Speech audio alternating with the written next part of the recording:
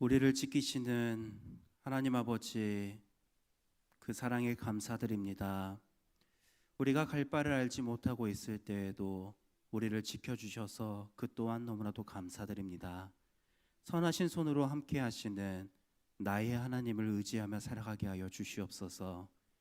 오늘 말씀을 통해 하나님과 하나님의 뜻을 알기 위해, 또 기도로 하나님과 교제하기 위해 예배 자리를 사모하는 우리 우이동교회 모든 성도님들 하나님께서 기억하여 주시고 때를 따라 돕는 은혜로 날마다 함께하여 주시옵소서. 우리의 소망이신 예수 그리스도의 이름으로 기도합니다. 아멘. 하나님의 말씀 사사기 2장 14절에서부터 19절 말씀입니다. 하나님의 말씀 사사기 2장 14절에서부터 19절 말씀입니다. 구약성경 363면에 있습니다. 우리 한 절씩 교독하도록 하겠습니다. 여호와께서 이스라엘에게 진노하사 노략하는 자의 손에 넘겨주사 그들이 노략을 당하게 하시며 또 주위에 있는 모든 대적의 손에 팔아 넘기심에 그들이 다시는 대적을 당하지 못하였으며 그들에게 재앙을 내리시니 곧 여호와께서 말씀하신 것과 같고 여호와께서 그들에게 맹세하신 것과 같아서 그들의 괴로움이 심하였더라. 여호와께서 사사들을 세우사 노략자의 손에서 그들을 구원하게 하셨으나 아니하고 오히려 다른 신들을 따라가 음행하며 그들에게 절하고 여호와의 명령을 순종하던 그들의 조상들이 행하던 길에서 속히 치우쳐 떠나서 그와 같이 행하지 아니하였더라. 여호와께서 그들을 위하여 사사들을 세우실 때에는 그 사사와 함께 하셨고 그 사사가 사는 날 동안에는 여호와께서 그들을 대적의 손에서 구원하셨으니 이는 그들이 대적에게 압박과 괴롭게 함을 받아 슬피 부르짖음으로 여호와께서 뜻을 돌이키셨음이거늘. 함께 읽겠습니다. 그 사사가 죽은 후에는 그들이 돌이켜 그들의 조상들보다 더욱 타락하여 다른 신들을 따라 섬기며 그들에게 절하고 그들의 행위와 패역한 길을 그치지 아니하였으므로. 아멘. 이스라엘 백성들은 하나님의 은혜를 경험한 백성이었지만 하나님보다 다른 것들을 더 의지하며 살았습니다. 오늘 본문을 보면 그렇게 하나님을 떠난 백성들에게 어떤 일이 일어났는지를 기록하고 있습니다. 먼저 14절 말씀을 보면 하나님께서 진노하셨고 그들을 노략하는 자들의 손에 넘기셨고 원수들의 손에 팔아 넘기셨습니다. 하나님께서 이스라엘 백성들과 함께 하셨을 때는 그들은 승리를 경험했지만 하나님을 떠난 그들은 현 시점에서 패배와 고통을 경험하며 살아가고 있습니다. 이어지는 15절을 보면 더욱 강한 표현을 사용합니다. 그들이 어디로 가든지 여호와의 손이 그들에게 재앙을 내리셨다라고 기록을 하고 있습니다. 전쟁에서, 일상에서, 그리고 그들이 의지하던 모든 영역 속에서 어려움을 겪고 있습니다. 하나님께서 이미 이스라엘 백성들에게 그들이 하나님을 떠나서 다른 우상을 섬겼을 때에 이러한 결과가 일어날 거라고 하셨던 그 내용 그대로 이루어지고 있는 것입니다. 그런데 우리가 이 부분만 본다면은 하나님께서 이스라엘 백성들을 버리신 것처럼 느껴질 수도 있는 것 같습니다. 마치 하나님께서 이스라엘 백성들에게 등을 돌리시고 더 이상 관심을 두지 않는 것처럼, 그래서 이스라엘 백성들을 대적의 손에게 넘겨주신 것처럼 느껴질 수도 있습니다. 그런데 우리가 본문을 자세히 살펴보면은 전혀 그렇지 않다는 것 또한 우리는 알 수 있습니다. 하나님께서 그들을 심판하시는 이유는 단순히 그들이 미워서만이 아니라 하나님께서 정말로 그들을 사랑하셨기 때문이었습니다. 하나님은 그분이 택한 백성이 잘못된 길로 나아가는 것을 그대로 두시지 않으셨고 그들이 돌이키기를 원하셨던 분이셨습니다. 우리가 살아가다 보면 한 번쯤 이렇게 생각해 볼 수도 있는 것 같습니다. 무관심은 사랑의 반대라고 생각해 볼 수 있는 것 같습니다. 부모가 자녀에게 아무 관심이 없다면 잘못된 길을 가더라도 어느 소리 하나도 하지 않을 것입니다. 위험한 선택을 한다 하더라도 그들을 그냥 그대로 둬버릴 것입니다. 그리고 그 자녀는 그렇게 뭐가 우선인지, 뭐가 옳은 길인지, 잘못된 길인지를 분별하지 못한 채 본인의 본성대로 살아가는 삶을 살아갈 것입니다. 하지만 사랑하는 자녀라면 다르게 대할 것입니다. 싫은 소리를 해서라도 돌이키게 하려고 할 것입니다. 무조건적으로 잔소리해라 라는 의미에서 드리는 말씀은 아니지만, 하나님께서는 싫은 소리를 해서라도 우리에게 아픈 말씀을 듣게 하시더라도 우리에게 삶을 돌이키고자 하시는 분이십니다. 이스라엘은 하나님보다 우상을 더 따르며 살아갔습니다. 그토록 많은 은혜를 베푸신 하나님을 떠나서 자신들을 지켜주지도 못하고 구원하지도 못하는 것들을 의지했습니다. 풍요를 위해서 바알이라는 신을 섬겼고 안전을 위해서 주변 민족을 의지했습니다.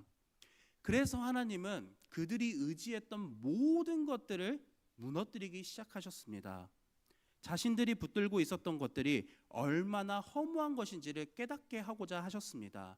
그리고 그것들을 깨닫지 못했을 때에 이스라엘 백성들의 앞으로의 삶은 하나님께서 이미 베풀어 주신 그 은혜를 기억하지 못할 뿐더러 하나님이 정말 그들의 삶의 구원자이시고 소망이시며 피할 바위시라는 사실을 점점 잊어가며 살아갈 것입니다.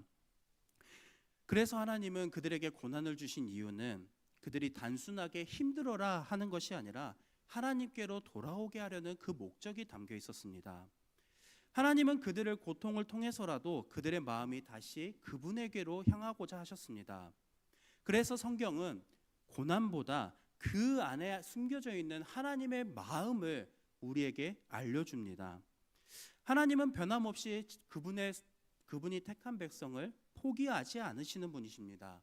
이스라엘 백성들은 반복해서 하나님을 떠났지만 하나님은 이스라엘 백성들을 완전히 떠나지 않으셨습니다. 그런데 단순하게 이스라엘 백성들의 모습뿐만이 아니라 오늘날 나 그리고 우리 모두에게서도 발견할 수 있는 모습입니다. 때때로 같은 죄를 반복합니다. 결심했음에도 불구하고 또 넘어질 때도 있습니다. 기도했지만 우리의 마음은 다시 흔들릴 때도 있습니다. 그러다 보면 우리의 마음이 흔들릴 때도 있습니다. 나는 왜 또 넘어졌을까? 나는 왜 늘 같은 자리에서 씨름하고 있는 것일까? 오늘 말씀은 그런 우리를 향한 하나님의 사랑이 얼마나 큰지를 보여주고 있습니다. 하나님은 죄를 가볍게 여기시지 않는 분 또한 맞습니다. 그러나 죄로 인해서 낙심하고 있는 우리를 그저 홀로 두시는 분이 않으신 것도 동일합니다. 맞습니다.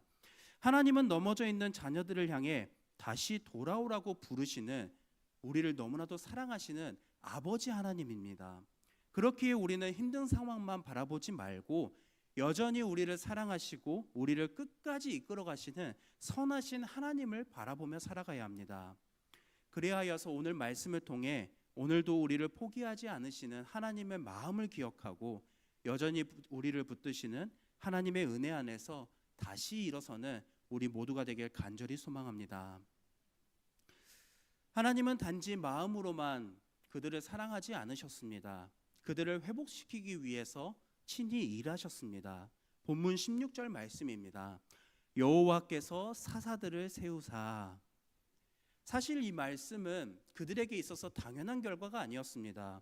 앞서 이스라엘 백성들의 모습은 하나님께서 은혜를 베푸셨음에도 불구하고 그들은 하나님을 떠나서 그들에게 풍요를 채워줄 수 있는, 그리고 그들에게 정치적으로 힘으로도 안정을 줄 수 있는 사람들을 의지했습니다. 하나님께서 베푸신 은혜를 잊었고 하나님의 말씀에 순종하지도 않았습니다. 하나님께서 그들을 그대로 떠나셔도 이상하지 않으시는 상황이었습니다. 더 이상 기회를 주지 않으셔도 할 말이 없는 상황이었습니다. 그러나 하나님은 이스라엘 백성들에게 그렇게 하지 않으셨습니다. 하나님은 그들을 위해서 그들을 도우는 사사를 보내주셨습니다. 사사기는 그래서 사람의 민낯을 보여주는 책임과 동시에 하나님의 은혜를 기록한 책이기도 합니다. 사사기를 읽다 보면 비슷한 장면이 계속해서 반복합니다. 앞에 화면을 보시면은 그 반복되는 패턴이 무엇인지가 나와 있습니다. 이스라엘 백성들은 죄를 지었습니다.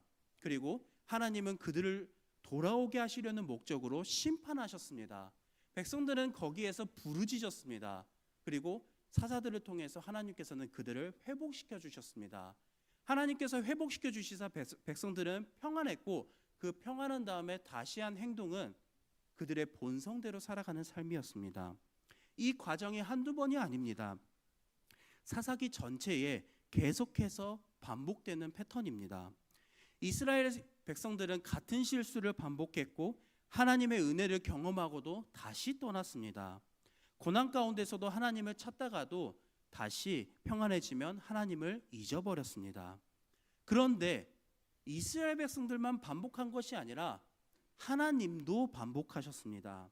이스라엘 백성들은 반복해서 죄를 지었고 하나님을 잊어버렸고 약속을 잊어버렸음에도 불구하고 하나님은 반복해서 그들에게 은혜를 베풀어 주셨습니다. 하나님은 그들을 긍휼히 여겨 주셨습니다. 그리고 하나님은 그들에게 반복적으로 그들에게 돕는 사람을 보내주셔서 회복시켜 주셨습니다. 이러한 하나님의 은혜를 우리는 사사기에서 발견할 수 있습니다. 18절 말씀을 보면은 하나님께서 이렇게 하신 이유에 대해서 기록하고 있습니다. 그들이 대적에게 압박과 괴롭게 함을 받아 슬피 부르짖음으로 여호와께서 뜻을 돌이키셨음이거늘. 이 18절 말씀을 보면 뭐라고 기록하고 있습니까? 슬피 부르짖음으로 여호와께서 뜻을 돌이키셨다라고 기록하고 있습니다. 그런데 이 부르짖음은 하나님을 향한 부르짖음이 아니었습니다. 제가 앞전에 출애굽기 설교했었을 때도 이 부르짖음에 대해서 한번 나눴던 적이 있습니다. 출애굽기 2장 24절에 나오는 고통의 소리와 오늘 본문에서 등장하는 이 부르짖음은 같은 어근에서 나온 단어입니다. 출애굽기 2장 24절 말씀입니다. 하나님이 그들의 고통 소리를 들으시고 하나님이 아브라함과 이삭과 야곱에게 세운 그의 언약을 기억하사. 애굽에서 종살이하던 이스라엘 백성들은 고통 가운데 신음했습니다. 하나님은 그들의 탄식을 들으셨고 그들을 구원하셨습니다. 그리고 오늘 본문에서도 하나님은 신음하는 백성들의 소리를 들으셨습니다. 중요한 것은 그들이 단순히 하나님께서 들으신 것이 그들의 말이 아니었다라는 것입니다. 그들의 신음하는 소리였고 탄식하는 소리였고 고통에 자연스럽게 나오는 소리였습니다. 하나님은 출애굽기와 그때와 동일하게 그들의 고통하는 신음의 소리를 들으셨습니다. 이것이 하나님의 은혜인 것 같습니다. 하나님은 완벽한 사람의 기도만 들으시는 것이 아니라 상한 마음에 탄식하는 소리도 들으시고 말로 다 표현하지 못하는 신음에도 귀 기울여 주시는 분이십니다. 오늘 본문을 보면 하나님께서 죄를 심판하시는 모습이 나옵니다. 그래서 하나님은 무섭고 엄한 분으로만 생각할 수도 있을 것 같습니다. 하지만 하나님은 그런 분이 아니라는 것을 우리가 본문 끝까지 보면은, 그리고 16절 말씀과 18절 말씀만 보더라도 알 수 있습니다. 하나님은 죄를 그냥 지나치는 분이 아니십니다. 잘못된 길을 가는 백성들 또한 그대로 두지 않으십니다. 동시에 하나님은 넘어져 있는 백성들을 외면하지 않는 분이시기도 합니다. 하나님은 잘못을 깨닫게 하시지만 다시 돌아올 수 있는 길 또한 동시에 열어주시는 분이십니다. 바로 여기에 우리의 소망이 있습니다. 넘어지는 우리보다 하나님은 더 크신 분이십니다. 실패하는 우리보다 하나님은 더 크신 사랑으로 우리를 돌보아 주시는 분이십니다.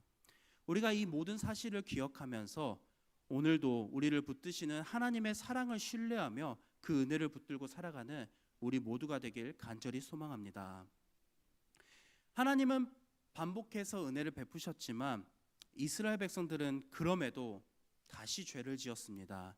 마지막 19절을 보면 이렇게 기록합니다.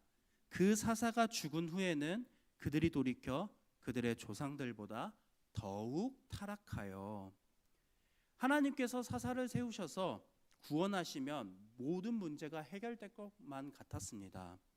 백성들은 압제에서 벗어나고 평안을 누리게 됩니다.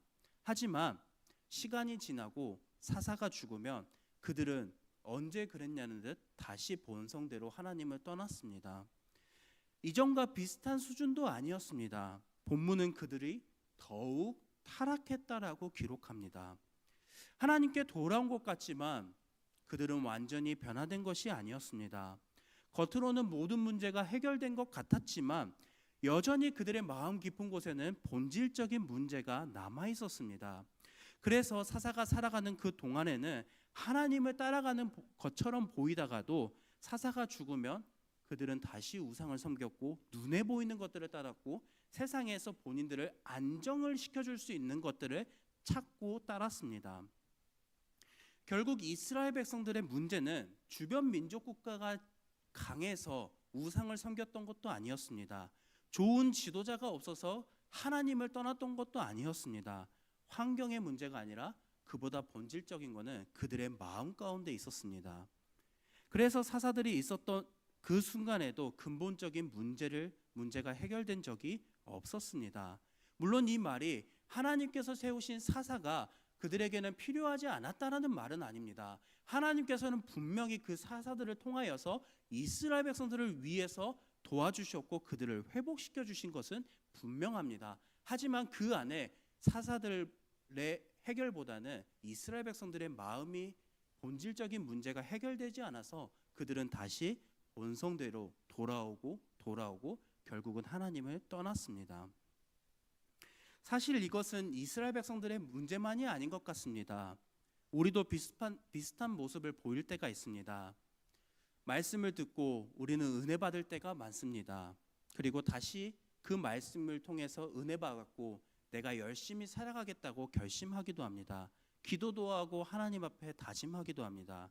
그런데 시간이 지나다 보면 우리가 처음 마음은 언제 그랬냐는 듯 눈 녹듯 사라져버리고 하지 말아야 할 것들을 아는데도 불구하고 그것들을 하면서 살아갈 때도 있습니다. 하나님을 사랑한다고 고백하면서도 정작 우리 또한 이 세상에 우리의 마음속에 더 큰 우상들을 찾고 따라가고 의지할 때가 있습니다.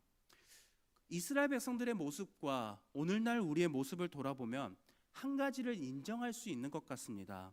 사람은 스스로를 완전히 바꿀 수 없다라는 것입니다.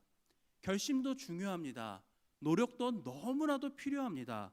이 모든 것은 우리가 하나님의 말씀을 따라 살아가기 위해서는 분명하게 있어야 하는 삶의 태도이기도 합니다.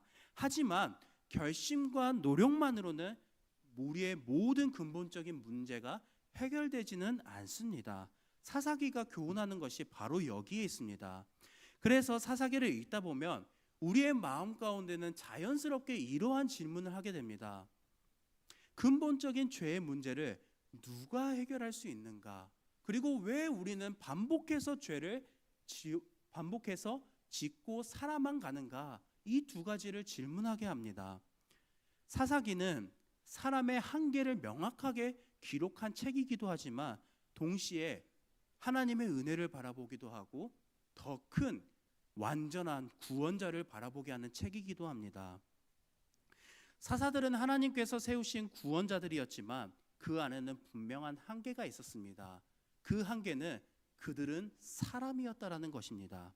사사들은 외부의 원수에게서 백성들을 구원했지만 죄의 문제까지 해결할 수는 없었습니다.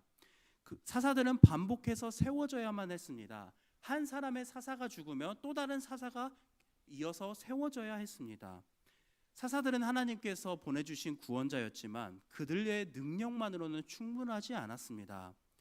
이스라엘 백성들에게는 죄의 문제를 근본적으로 해결할 만한 완전한 구원자가 필요했습니다. 사실 그들만이 아니라 우리 모두에게도 우리의 모든 문제를 해결할 만한 완전한 구원자가 필요합니다. 하나님께서는 이 모든 것을 아셨고 우리를 위해서 독생자 예수 그리스도를 이 땅 가운데 보내주셨습니다.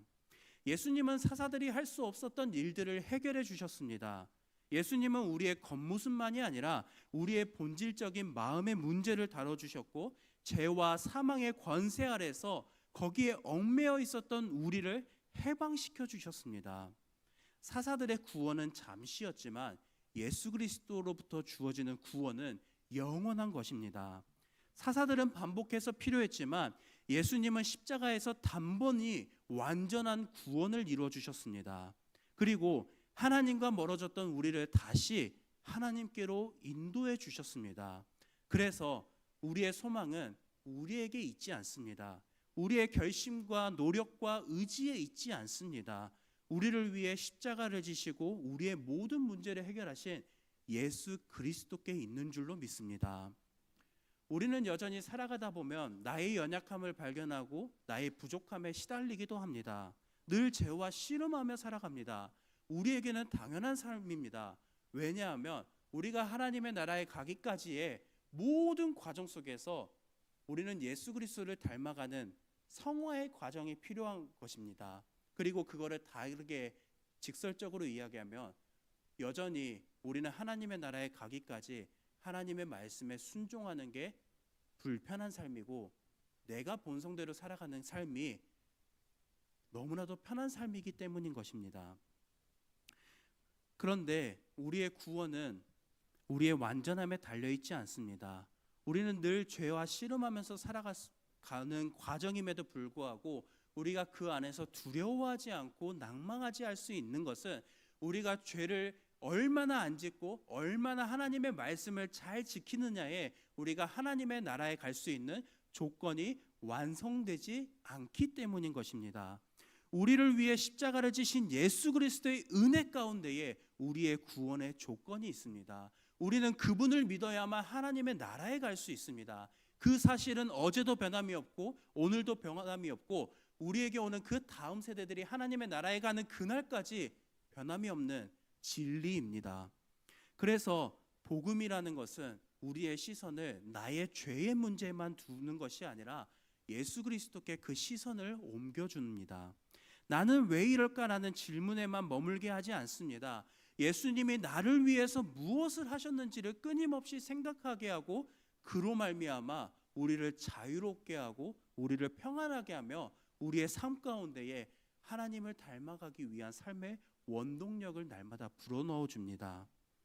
물론 이 모든 삶 가운데에 이 모든 것 중에서 죄를 가볍게 여겨도 된다는 뜻은 아닙니다.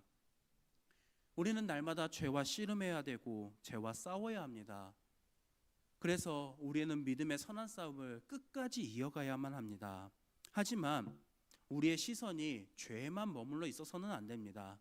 죄만 바라보다 보면 결국은 우리는 낙심하게 되고 하나님께서 우리에게 주신 그 은혜를 놓칠 수 있습니다.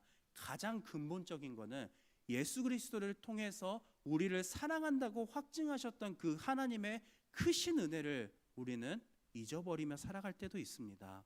그래서 우리는 나의 죄보다 더 크신 예수 그리스도의 은혜를 붙들어야만 합니다. 하나님은 우리도 변함없는 은혜로 여전히 붙들어주고 계시는 분이신 줄로 믿습니다. 우리의 죄가 반복될지라도 하나님의 은혜는 날마다 멈추지가 않습니다.